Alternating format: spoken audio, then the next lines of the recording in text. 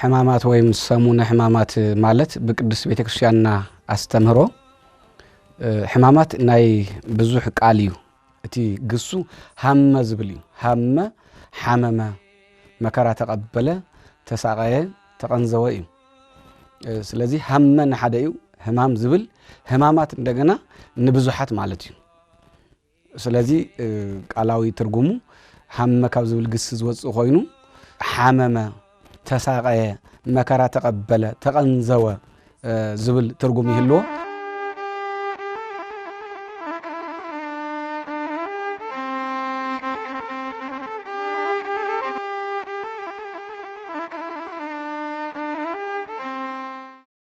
እዚ መን ይንተይልና ክብሩ ንዑይኹን ጎይታና መድኃኒና ኢየሱስ ክርስቶስ ስለና ኢሉ ስለ ደቅ ሰባት ኢሉ ኣብዚ ምድሪ እዚ ን33 ዓመት ዝኣክል استقبلهم سقايات استقبلهم مكاراتات استقبلهم حمامات انذكرلو ابزحنا نحسبلو سمون ويم معلتات سلازغونه እዚ ስያም የዚ ሒዘሎ ማለት በቅዱስ ቤተክርስቲያንና ስለዚህ ናይ ጎይታ መከራ ናይ ጎይታ ስቃያት ቁጽር ስፍር ስለዘይብሎም ሕማማት ኢላ ተጽውዖም ማለት እዩ ሓደ ሕማም ኢልኻ ዝንገር ወይም ከም ተራ ስቃይ ኢልኻ ዝጽውዕ ስለዘይኾነ ብዙሓት ስቃያት ብዙሓት መከራታት ብዙሓት ቃንዛታት ስለዘሕለፈ ስለደቅ ሰባት ስለናይሉ እዞም ቃንዛታት ዚኦም እዞም መከራታት ዚኦም እዞም ስቃያት ዚኦም ኣብዚሕና ንሓስወሉ ሰሙን ማለት እዩ ሰሙን ሕማማት ማለት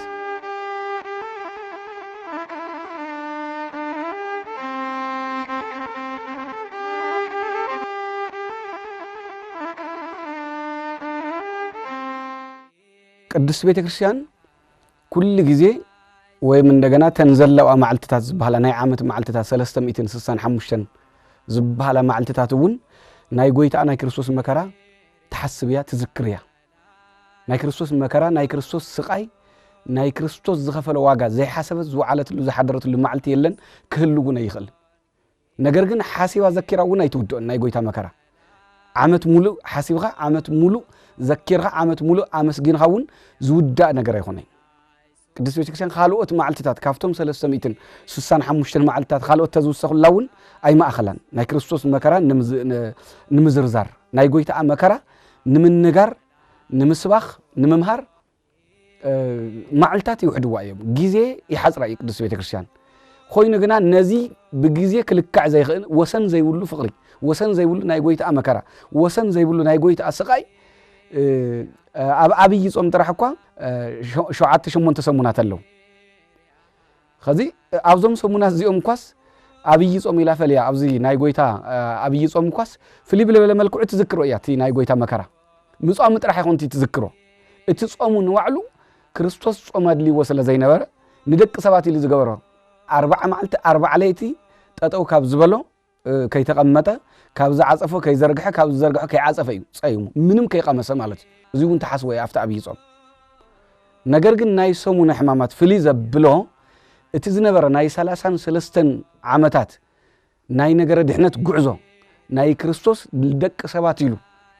ዝኸዶ ናይ መከራ ጉዕዞ ናይ ስቃይ ጉዕዞ ናይ መስቀል ጉዕዞ ፍጻሜ ዝረኸበሉ ሰሙን ስለ ዝኾነ ማለት እዩ ፍጻሜኡ ዝቀረበሉ ሰሙን ስለ ዝኾነ ጥቕልል ኣቢላ እቲ ናይ 33 ዓመታት ጉዕዞ ጎይታ ንክስቀል ግዚኡ ቀሪቡ دحراي يا حد معلتات نريو قدايو نجرات التودو اللي جزء سلاز خنا مالتي تناي قويتا قعزو زبق علو دحنت دق عدم دحنت دق سبات نمفتصام قويتان دغنا ابزيحو مكرات تقبلوس تناي موداتا مكرا مسقل نمقبال جزيو زقربلو خونتات زقربلو سلاز خنا زي ناي قويتا حمامات ابزي تقلل بلا ابزن معلتات زي اتذكروا يانبي خالي معلتي ويما خالوت سمونات اي تذكري اي تحسب مالت ايخوني عامت ملئكن كم تزيبلخون ناي غويتا مكرا زي حسبت اتوعللو معلتي اتحضرلو ليتي يبلان كواداس معلتي حصراي اتعامتون تم زلو 50 جنن سمونات مالتي يحصر وايم ناي غويتا مكرا ناي غويتا فقري زرزيرا نمذكر نمزراب معلتاتي حصر وات زي خوينو ناي غويتا فقري ناي غويتا مكرا ناي غويتا اسقاي زي حسبتو معلتي زي تحسبلو معلتي يلن كهلونا يخلن مالتي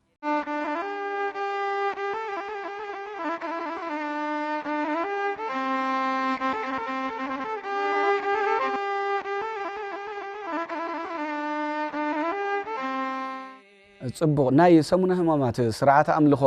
ብኸመይ ይፍለይ ወይም ካፍቶም ካልኦት ሰሙናት ብኸመይ ይፍለይ ዝብል ከምቲ ዓንተ ወይ ዝበልኽዎ ምንም እንኳን ናይ ጎይታ ስቃይ ናይ ጎይታ መከራ ዓመት ሙሉ እተሓስቦ እንተኾነ ቅድስቲ ቤተ ክርስቲያን ኣብ ሰሙነ ሕማማት ግን ፍልይ ብዝበለ መልክዑ ከምቲ ዓንተ ወይ ዝበልናዮ ናይ መጠቓለሊ ናይ ድሕነት ጉዕዞ ዝተኸምበተሉ ሰሙን ስለ ዝኾነ ኣውዚ ፍልይ ዝበሉ ስርዓታት ኣለዉ ፍልይ ዝበለ ኣምልኾ ኣሎ እቲ ሓደ እንታይ እዩ ካብቲ ኩሉ ግዜ ኣይኮነይ ካብቶም ካልኦት መዓልትታት ኣብ ዓብይ ጾም ወይ ኣብ ኣጽዋማት ኣብቶም 7 ኣጽዋማት ናይ ቅድስቲ ቤተ ክርስቲያንና ስርዓት ኣብ ስርዓተ ደብር ወይ ኣብዚ ናይ ማሕበረሰብ ዝነብረሉ ማለት እዩ ስርዓተ ገዳምና ስርዓተ ደብር ክልተ ስርዓት ኣሎ ስርዓተ ገዳም ኣብዝሓ ግዜ 9 ሰዓት ቅዳሴ ኣቲኻ መስዋእቲ ተሰርክ 11 ሰዓት ምናምን እዮም ዝወፁ ቅዳሴ ማለት እዩ ወይም መቁረር ክጥዕም ዝኽእል ድሕሪ 11 ሰዓት እዩ ስርዓተ ደብር እንደገና ካብ 6 ፈረቓን ጀሚሩ እስካዕ 9 ሰዓት ኣብ ዘሎ ስርዓተ ቅዳሴ ዝውዳእ ማለት ስለዚ ጾምና እስካዕ 9 ሰዓት እዩ ዝውዳእ ዝኻለ ካብኡ ንላዕሊ ይኸዲ ማለት ኣይኮነን ግን ቅዳሴ ስለ ዘሎ ዝቀደሰ ሰብ መቁረር ዘቁረረሉ 9 ሰዓት ስለ ዝኾነ ማለት እዩ ስለዚ ኣብ ካሊእ ናይ ጾም ግዜ 9 ሰዓት ይብል እሞ ኣብ ሕማማት ሰሙን ግን ተሓደ ፍልይ ዘብሎ እስካዕ ምሸት 1 ሰዓት እዩ ዝብል እስካዕ ናይ ምሸት 1 ሰዓት ናይ ጾም ሰዓት ልዋዕሉ እስካዕ ምሸት 1 ሰዓት እዩ ካሊእ እንደገና ኣብ ካሊእ ናይ ጾም ግዜ ብፍላይ ኣብይ ጾም ሰብ ከም ታይስሙ ብናይ ባዕሉ ስግደት ይውስኽ እዩ ኣብ ጾም ስግደት ንውስኽ ኢና ምክንያቱ ጾም ጸሎት ስግደት እዚኣተን ዘይፈላለያ ኣሕዋት እየን ሓንቲኣ ናይ ሓንቲኣ ሓፍቲ እያ ስለዚ ኣብ ኣብይ ጾም ጥራሕ ኣይኮነ ኣብ ኩሉ ግዜ እውን ክርስቲያን ካፍቶም ክስገደሎም ዘይግብኡ ዝተሰርዑ መዓልትታት ወይም ግዜያት ወፃኢ ይጾም እዩ ይጽሊ እዩ ይስግድ እዩ ህይወቱ እዚ ናይ ክርስቲያን ህይወት ቤተ ክርስቲያንና ዝተመረና ስርዓታት እዚ ዝመስል ኣብ ሕማማት ግን ከም ስቁሉ ከም ናይ ባዕሉ ስርዓት ኣይኮነ ዝጾም ወይ ዝሰግድ ማለት እዩ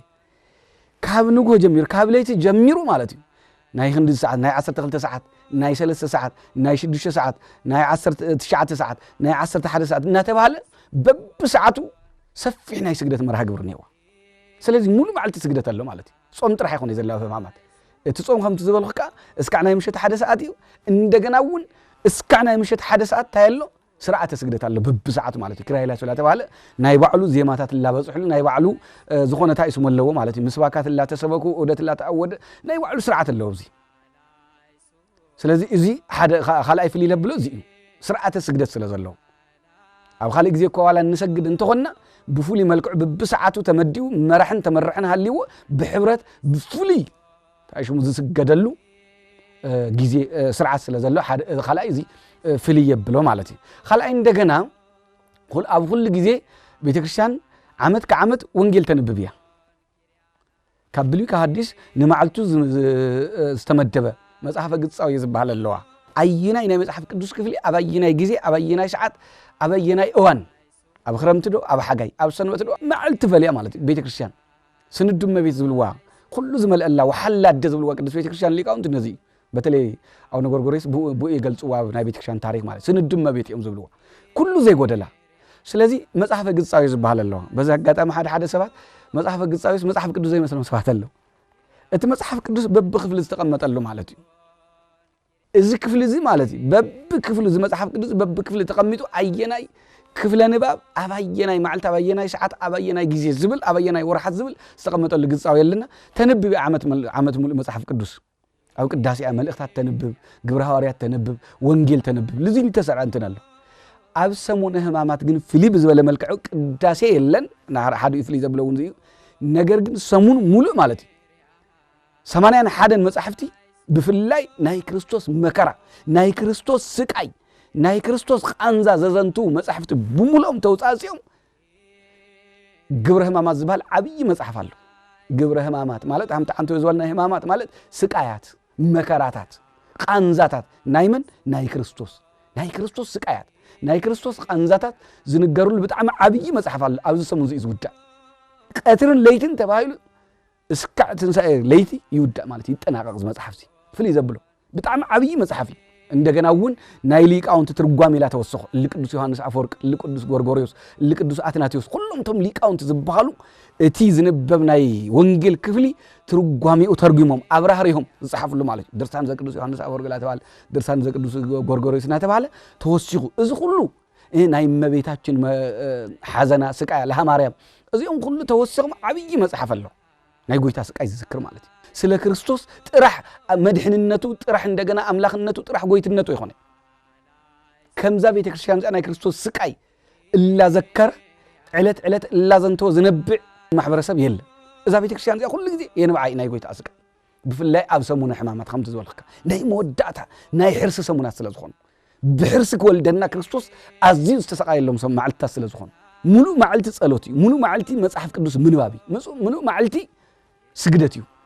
እዘን ሰሙናት ዚአን ማለት ፍልይ ዘብሎ ማለት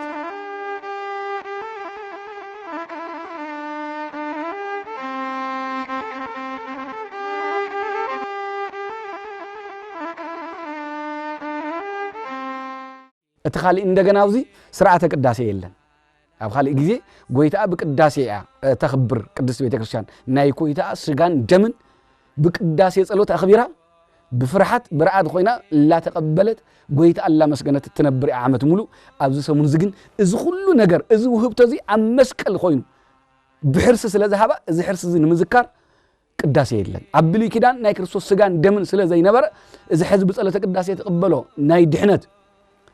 ويمن دحنت زخونا زتو هبا عم مسكل استقرا سلا سجان دمن أو نزي من مارو نمذكر أبز سمون زي قداسي زبحال نجر يلك كاب حموس مصاي السبون ناي وعلو دحرا يفتم معلتك نزرزرين سلازي حد يفلي زبلوا في سمون حمامات قداسي زبحال نجر يلن مالتي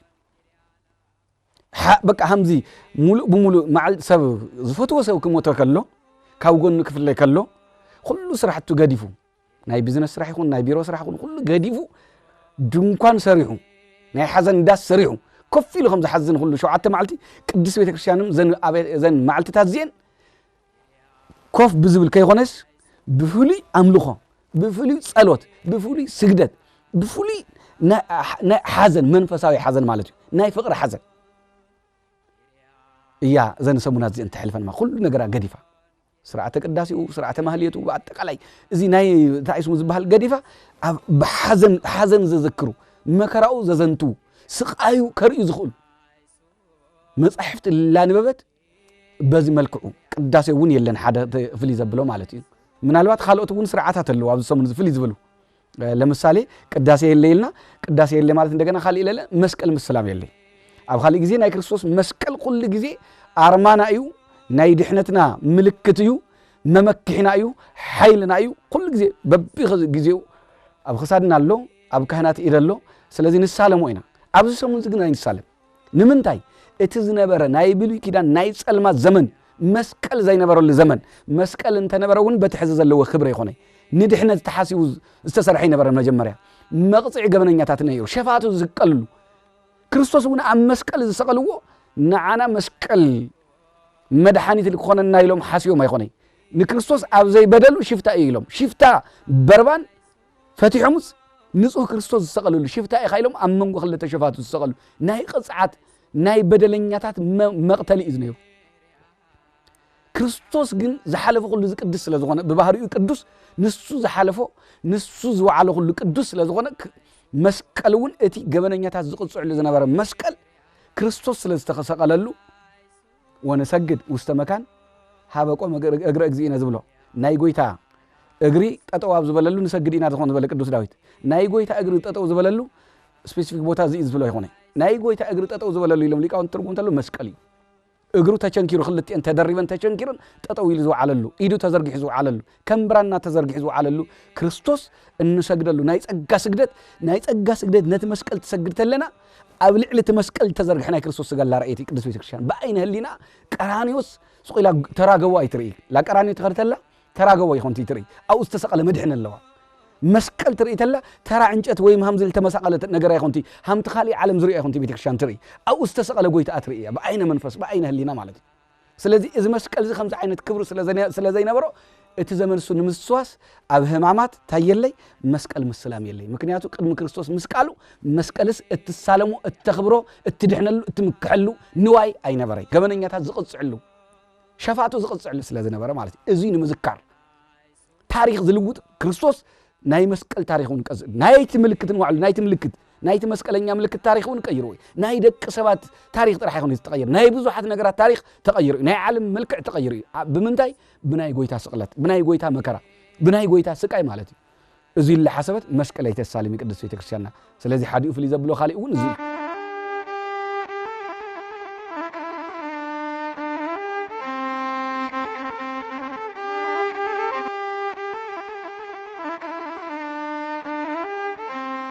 ካሊ እንደገና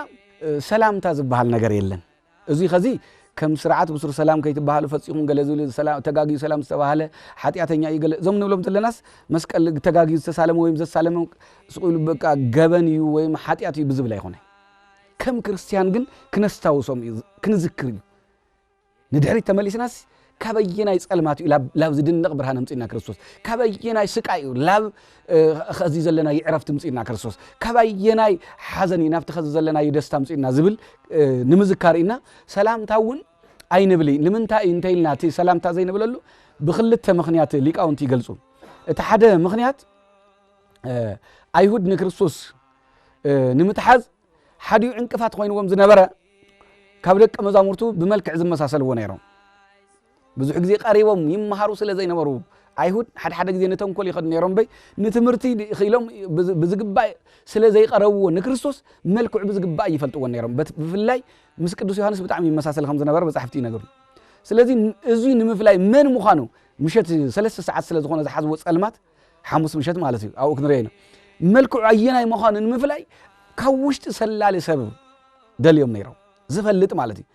እዚ ሰብ ዝውን መን ነይሩ ንክብሩ ተጸውዑ ክብሩ ዝደርበየ ንዓብይ ሐዋርያነት አገልግሎት ተጸውዒና ሃሎ ብ30 ዲናር ወይም ብ30 ቅርሺ ሐዋርያነቱ ዝደርበየ ንገንዘብ ዝሓደረ ሓደ ዓብይ ሰላሊ ውሽጢ ነይሩ ክርስቶስ ንስለላ ይጸውዖን ክርስቶስ ንክብሩ ይጸውዕዎ ክርስቶስ ንኸምዚ ዓይነት ልወረደ ነገር ንኸምዚ ዓይነት ሸቀጥ ይጸውዖን ከምቶም ኸዚ ቤተክርስቲያን ከዋኽብቲ ኢላ ትጽውዖም ዘላ አኸቢራ ትጽውዖም 12 ሐዋርያት خبيرو كنبر سمو بخبر الله تتصوع بخمزي عينت بشفتنينت وين دغنا بسلالنت بخدت كيهونس بخبر الله تتصوع بونجيلاوينت الله تتصوع كنبر كما هاجرو يتتصوعنا يرجن عدلو يتتقملي نسغون يهودا اسقرتاوي خالي يهودا ስለዘሎ ሓደ ሰባት በዚህ አጋጣሚ እንዲያው ይሁዳ ማለት ትርጉሙ همز كحد ዝመስሎም አለው كحد ማለት አይሆነ ይሁዳ አስቆረታዊ ክሂዱ ይሁዳ ሁሉ ያይቆብ ናይ ያይቆብ حاوجن سكع مودعتا زليقوس ملأخت كله وملأخت يهودا زبال مالت بزي أقاطعمي مالت سلازي يهودا نتوم أيهود أحلفوا نمهاب تسمع مع كله خما غير كم زهوم ملكت زهوم بمنتاي بمسعمي خيدو ممهر حيواي ممهر دحنا وعيل خيلو خيدو سلام يلو يسوع كريستوسون ما امره هو اسل زخونه خمانا هم سبات دغاو طراي زيري وشطاي ماننت زمرمر كمتي እግዚአብሔር ይፈትን ልበው ክሊያ ተዘበለው ልብን ኩላሊትን ዝምርምር አምላክ ስለዝኾነ ታይ መልእክት ሒዙ هم ዝመጸ አውሽጡ ታይ خفአት ከም ዘለዎ ስለዝፈለጦ ኦ ይሁዳ በስ የመኑ ታገበለ ወልደ ጓለ ማያው ይለው አንታ ይሁዳ ብምስዓምዶ ንወዲ ሰብ አሕሊፍ ካተው ብምስዓምዶ መምህር ካሕሊፍ ካተው ብምስዓምዶ ጎይታ ካሕሊፍ ካተው ይልወይ ስለዚህ እዛብ ዝኒሃ ናይ ክህደት ሰላምታ ናይ ንፋቄ ሰላምታ ናይ خفአት ሰላምታ ናይ ተንኮል ሰላምታ ውሽጥኹም بخفአት ተመሊዩ بدقهم سلاماي تباهلو سلاماوي زخونه سلامتا قدوس زخونه سلامتا خمتي تأمو بيناتكم بأمها قدسات تبل كل جمال قدوس بزخونه سلامتا انبري تنكل زلو سلامتا سب ناب حماق نجر حليفخا كتب بوشت قلنا حسب خاص الناس حق خاص خمس نابلخا قويتا نابلخا حوي عركي نابلخا سلامتا زين وعلو رخص سلامتا مخانو استقدس خيونس زرخسنا يهودا أسقرتاو يهودا سلامتا مخانو እዚውን ተምረሉ ናይ ይሁዳ خفአቱን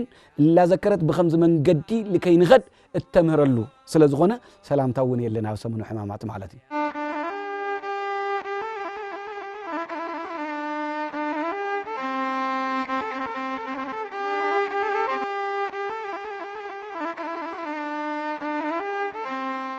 بطراي اغرخا مخاد زبلو خزي خم سرعات طراي اغرخم مخدو زبل ትሩፋት ይዝባል ዝኸሲ ስርዓት ይኾነ ይዝባል ትሩፋት ማለት ታይ ማለት እዩ ካብቲ ሓደ ክርስቲያን ሲ ክርስትና ክርድኦ ከሎ ናይ ጎይታ መከራ ካብ ልቡ ክርድኦ ከሎ ማለት እዩ እስቁ ልንውዳ ከሲ ከንቱ አብይሳ ኮ ጥራሕ ግራ ኮ ተኸርሰም አብይታ ምን ተቀደሰት ኮ አብይስ ኮ ጥራሕ ግራ ኮ ይልቀኒ ምናምን ተይል ልውዳሴ ዝገብር ሰብ ኪሳራይ ነገር ግን ብትክክል ናይ ጎይታ መከራ ናይ ጎይታ ስቃይ ናይ ጎይታ ቃንዛላ ዘከረ ጸጸር ላረገጸ ዕሾኽ ላረገጸ ሰሙኑ ሙሉ ባዶ እግሩ ዝነብር ሰው ግን ትሩፋት እዩ በሐቅ ብፁዕ ሰብ ዕድለኛ ሰብ እዚውን ዝገብሩ ብውልቆም ኣለው እሱ ጥራይ ኾነ ኣብ ከተማ ዝነብሩ ናይ ጎይታ ስቃይ ብጣዕሚ ዝዝክሩ ሰባት ኣብ ባንክ ዝሰርሑ ሰባት ይፈልጥ ኣብ ጽቡቕ ዝኾነ ናይ መንግስት ፖዚሽን ዘለው ሱፍ ተኸዲኖም ኢኻ ትሪኦም ነገር ግን ኣብቲ ሱፎም ውሽጢ ሰንሰለት ኣሲሮም ሹል ጫማ ወይ እንደገና ሹል ቴክስት ነው ጫማ እዮም ዝገብሩ ግን ኣብቲ ውሽጢ ጫማ ግን ሓሸዋ ጸጸር ዝገብሩ ምቾት ልከይ ስምዖም ሙሉ ማዕልቲ ስቃይ ይውለብ ሰብ በደገ ይዝሪ ውዳሴ ከንቱ ይብሎም ዘም ሰባት እዚኦም ወይ ተዓዲላ ይባሃል ዋጋኦም ካብ ክርስቶስ ጥራይ ስቃዮም ዝሪየሎም ክርስቶስ ጥራይ ንሰብ ኢሎም ከይኾነ ውሽጦም ላደመ ብትክክል እቲ አካላዊ እግሮም ጥራሕ ከይኾነ ዝደሚ ውሽጦም ላደመ ላነብዕ ጥራሕ እግሮም ዝቕንዩ ሰባት እውን ኣለው እንደገና እውን ከም ብትሩፋት ካብዚ ሓሊፉ ምሸት ሓደ ሰዓት ዝብላዕ ደይለካ ኣብ ሳልስት ዝበልዑ ሰባት እውን ኣለው ንኣብነት ሰንበት ምሸት ይበልዑሞ ሆሳዕና ማለት እዩ ሶሉሲኦም ዝበልዑ ሶሉሲ ይበልዑሞ ሓሙስ ድሕር ቅዳሴ ይበልዑ ከምዚ ዝገብሩ ሰባት ኣለው እዚ ትሩፋት እዩ ዝበሃል ወሰኺ እምበይ ከምዚ ዘይገበርካ ተይሉ ዝኩነን የለን እቶም ዝበልናዮም ዞም ቅድም ኢልና ዘርዘርናዮም ነገራት ግን ከም ስርዓት ቤተክርስትያን ንምእመናና በአዋጅ ዘአወጀቶም ስርዓታት እዮም ማለት እዩ መስቀል የለን እስከ ሓደ ሰዓት ይጾም ሙሉ ማዕልቲ ስግደት ኣሎ እዚ ሁሉ ኢላ ዘአወጀቶም ብስርዓት ዝተአወጁ እዚኦም ፍልይ ዘብሎ ካብ ካልኦት ሰሙናት እዚ እዩ ማለት እዩ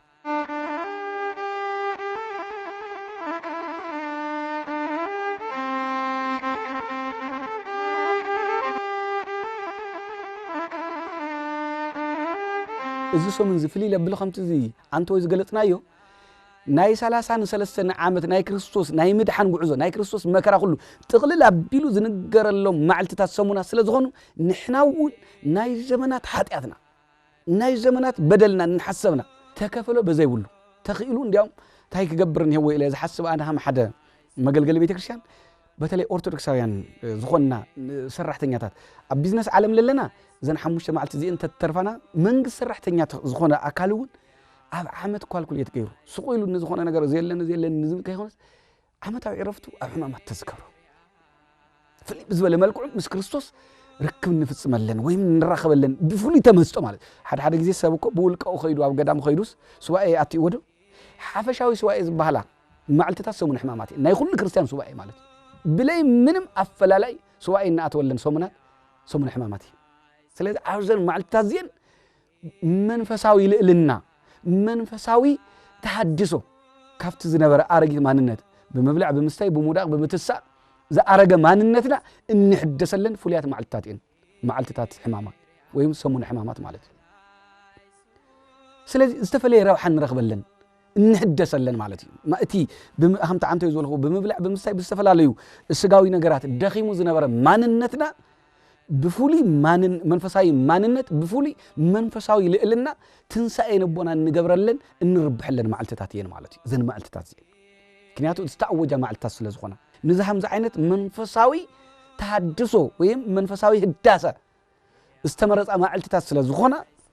زين بحدنا بتعمل تكمل أنا هم تعنتو يزولك بولكم مالتي قاتري عبيت كريستيان زنبب مصحفتي لا سمعوا زسجدوا ناي بساعات سجدتات لا سجدوا وعيلهم مولئ ليتن دجنا أو جزءهم جبر همامات أو جزءهم جزيهم مالتي جبر همامات لا دوو زحدروا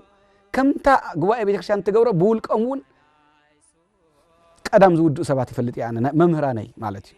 دخل مال وداسي سلازخونا ممهراني يفلت بيود للو ممهراني جبر همامات زلقوا بخمزي ملك عنا كنربح لنا نسكبنا زين مع التزيين بخمزي عينت من قدينا منفساوي لنا منفساوي كبري منفساوي هداسة كنوننا لنا نسكبنا مالتي حد كريستيان بخمزي ملك تتقيم لنا زين مع التزيين عبيت مع التزيين فليز ولا مع التزيين تاسوني تراسوني خنتي تاسلوس تراسلوس خنتي ننا يبعلن سوهابن فليز ولا كبر سلازلو اذا سمونات زين لقدس بيت كريستيان بحد غنو ناي حزن سموني مسلا بحد غنو እንደገና ናይ ደስታ ሰሙን ሙኒ ان حزنو اتي ክትقبله يخونه ክትحاسو ዝخبدካ ክትዛረو ዝخبدካ ናይ ጎይታ ስቃይ لا ذكرنا نحزن ኢና ከም ሰብ ስምዒ ስለ ዘለዘልና ከም ገይሩ ይተሸኪምዎ ንምንታይ ዝኹሉ ከፊልና ንሕና ታይና ገይርናሉ ላበልና نحزن ኢና ተሐዘን ስጋዊ ሐዘን አይኮነ መንፈሳዊ ሐዘን እቲ ደስታ እንደገና ግን ድሕርዚ እዚ ሁሉ ከፊሉ ግን ላብ ትንሳኤም ለብቃና ከሞት ላብ ህይወትም ለመለሰና لا ذكرنا ለልክ ንሕኩስ እንደገና ከም ትዘልኩ ብውልቀና እንደገና ዘን ሰሙና ዚን ብትክክል ተተጠቂምናለን ካብ ኃጢአት እንላቀቀለን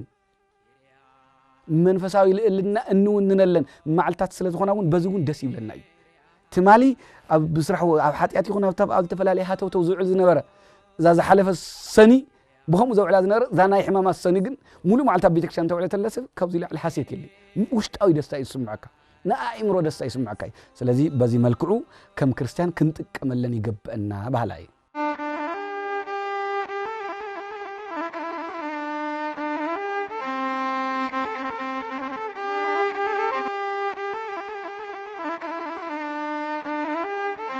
እቶም ኣብዚ ሰሙን እዚ እንገብሮም መንፈሳውያን ተግባራት ኣብ ኻሊእ ግዜ አይንገብሮም ማለት አይኮነ ነገር ግን ኣብዚ ሰሙን እዚ ግን እቶም እንገብሮም መከራ ክርስቶስ ለሐሰብና ነገር ክርስቶስ ለሐሰብና ንዓና ዝተኸፈለ ዋጋ እንሐሰብና እንገብሮ ዓመት ሙሉ ኣብ ኣምልኮና እንፍጽሞም ነገራት ግን ኣብዚ ሒና ኣሕይልና ወሲኽና ነገብሮም እዩ ተዓብይ ክትሓዝ ግብኦ ነገር ሕማማት ይስግድ ባልተ ለሲ ኻሊ ማዕልተ ክርስቲያን አይሰግድ ማለት አይኮነ ስግደት ህይወትና እዩ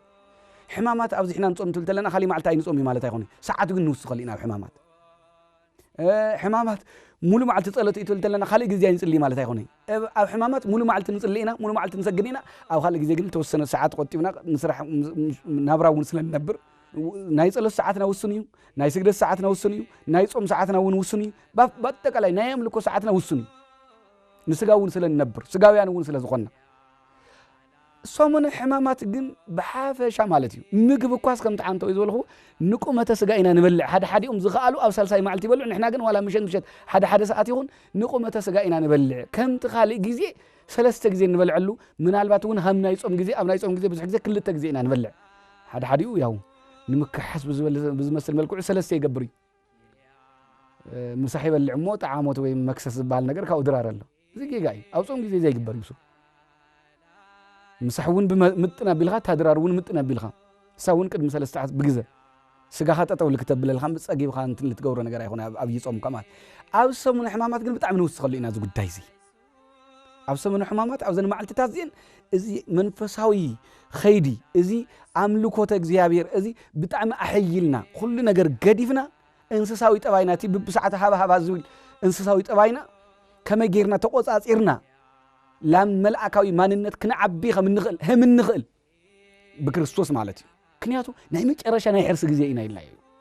ክርስቶስ ንዓና ንምድሓን ክርስቶስ ንዓና ካብ ሞት ላብ ህይወት ካብ ጸልማት ላብ ዝድነቕ ብርሃን ካብ ሓሳር ናብ ክብሪ ካብ ሲኦል ናብ ገነት ንምምላስ ዝገበሮ ናይ 33 ዓመት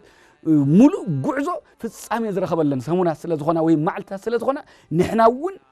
ንሱ ዙሩ ኣኽሪሩ እቲ ናይ መከራ ዙር ኣኽሪሩ ከም ዝተሳቀየ ንሕናውን እቲ ዙር ኣኽሪርና መንፈሳዊ ስራሕቲ ንሰርሐሉ መንፈሳዊ ስራሕቲ እናዓመሉ ሰሙን ስለ ዝኾነ ብዚ መልክዕ ዚና ክነሕልፎ ዝግበአና ማለት ኻሊ ይኮን ንሱ ኣምልኮ የለይ ስለዚ እዞም ዓመት ሙሉ እንገብሮም ከም ክርስቲያን ከምቲ ንሕና ኸዝነብረለና ናብራ ይኾነ ይዝብል ዘለኹ ከም ክርስቲያን ናይ ክርስትና ስም ተሸከምትን በተጠቀምትና ኾንና ይኾነ መብዛሕቲና እቲ ስም ተሸኪምና ግን ንጥቀመሉ የለና መብዛሕቲኡ ሰብ ማለት ተሸካሚ ተጠቃሚ ይኾን ኣብዚ ሰሙን እዚ ግን ክርስትናና ብግብሪ ንምግላጽ ክንጥቀመለን ይልገበልና ዘን ማዕልታት ዚንሲ ከም ተዓንቶ ይዘኹ ልትንሳኤ ልቡና اتفاسيكاون ويم تتنسايون بطعم نطعم ونخل حمامات بزقبا ندحل ناي حمامات تايل بحال قداي الا فصمنا ندحل حليفنا ايو اب حمامات خالي حسب وساخ اي قباي مالتي تخيلنا خالي ناي نقد حسب خالي ناي مدراوي سرح حسابسي اي قباي كل مناناسي مكرا كريستوس سقاي كريستوس ازي خوين ندحل حليفنا ايو تتنساي تساي كون سخل ቦታትና ይብልዩ ሕማማት ማለት አብይ ጽልም ለይጾመ ሕማማት ከም ስርዓት ቤተክርስቲያን ዘይሰገደሲ ትንሳኤ ይብልዩ ትንሳኤ ንገብሮ ንሕና ማዚ ኣብ ሕማማት ኢና ትንሳኤ ንገብር ትሞ ውድእ ትንሳኤ ናትና ትንሳኤ ልቦና ኣብ ሕማማት እዩ ኃጢአት ብምርጋፍ ስለ በደልና ላዘከርና መከራ ክርስቶስ ላዘከርና አነ ግን مكرا خرسيع سقاي خرسيع أب حتيات تزفق الله أب حتيات وريق الله نابلنا نايبعلنا حتيات أبزحنا نحسبنا نزي مكرا زي مالتي نزي سقاي زي حتيات لا سرحنا أب زي معلنا لو علنا أب زي منبرينا نانبرنا واجا بمسأنا نز واجا زي واجا سلزس إننا يقول كنبكي يقبلنا مالتي السمزي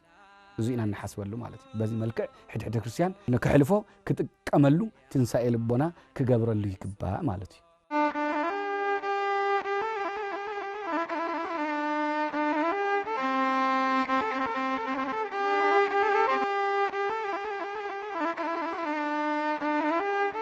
عفتي سمون حمامات ياو تسرعت سجدت يكون سرعت تصلت مستود زي ناي سلطان يخوني انا هذه برغط اب ناي ديقنا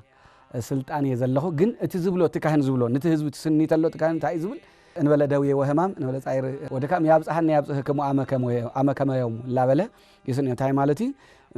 كم تزبلنايو همام زبلنايو مكرايو ابزي اخلت انفلاليو انبل داوي له اتي همام سب حميمو اب عراز زود قلو زدقسلو مالتي خود حميمو رؤس حميمو اغر حميمو زبال داويسو انبل داوي وهمام همام زبل እንደገና ፈሊታዩ ስቃይ መከራ ፈተና كجاتمنا ناي غويتانا سقاي ناي غويتانا مكارا ان حسبنا حدا سمون حمامات ان نخبرلو نقصل عامتون يبصحنا زبلي تتمنيتي خالاي እንደገና لما انت سني وديون هما يزبل سلسون هما سني وديون نسنوني نسلسوني تمنيت زغلص بزي مكرا بزي حمام